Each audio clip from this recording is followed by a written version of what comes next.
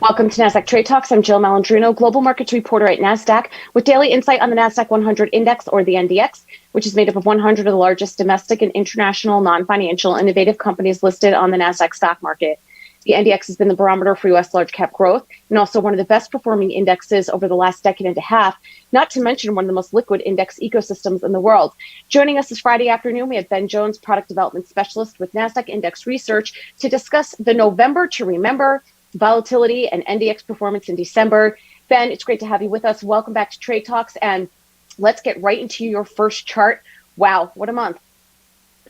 Yeah, certainly one to remember, right? I mean, we look at the Nasdaq-100, it was up about 11% last month.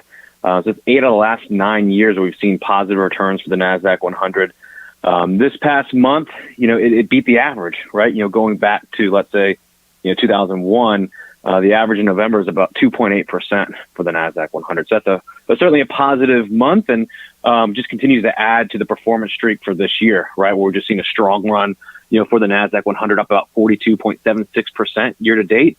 It's quite robust. What's interesting, though, is that, this comes upon the heels of the election, right? When there was a lot of everyone was expecting uncertainty and volatility and kind of the opposite of what we experienced in November. And so what's interesting is when we look at these returns in November, we see a positive, strong run for the Nasdaq-100. And that's in a month where we did see the quote-unquote value trade come back. Remember, the Nasdaq-100 is tilted towards growth. In November, we saw value outperform growth slightly, but it still hasn't changed the trend, Jill. It still hasn't changed the narrative. Growth is still favored and still, relatively stronger than value today. All right. And Ben, let's take a look at what you think we could see in terms of volatility as we move through, the remainder of the year.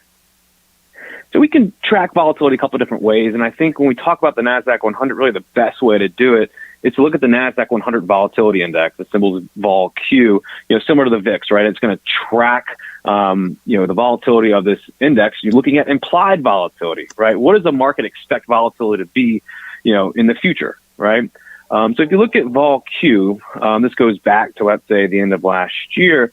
You can just see that spike of implied volatility during the COVID-19 crash of, February through March, and how really we've seen the last 6 months, volatility has been kind of ranging and trading sideways, right? The market really isn't expecting, heightened volatility, and, we see more quote unquote certainty kind of enter the picture to some extent, which is a naughty word in this industry.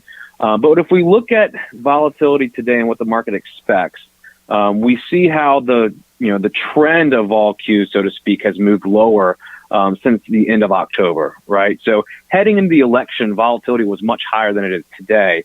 And so right now, looking at the reading of vol-Q, which is expressed as the annualized percentage, so around 22%, implies that the Nasdaq-100 trading range, for the next 30-day period should be around plus or minus 7%, right? And that's with a 68% certainty, right? So the market really expects the next 30 days for this particular index, the Nasdaq-100, the growth index, innovation, right, to be around plus or minus 7%, towards the beginning of January, which is quite calm, relatively speaking.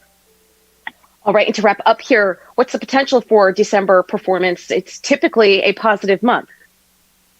Well, actually, for the Nasdaq-100, it's typically a negative month. So if we look at the average, it's down about 0.2%.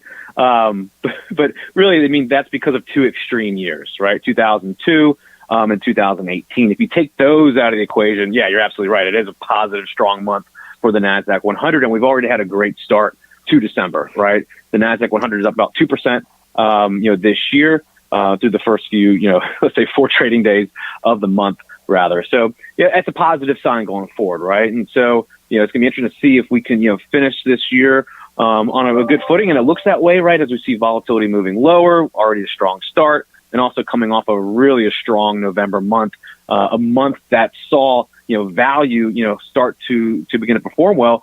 But that, we still look at it, growth is still performing as well, right? And so, again, I think with low volatility, already a strong, start to the month, hopefully that bodes well for the rest of the month and as we head into 2021. All right. Sounds good. Great stuff as always, Ben. Thanks for joining us on Trade Talks, and thanks for joining me. I'm Jill Malandrino, global markets reporter at Nasdaq.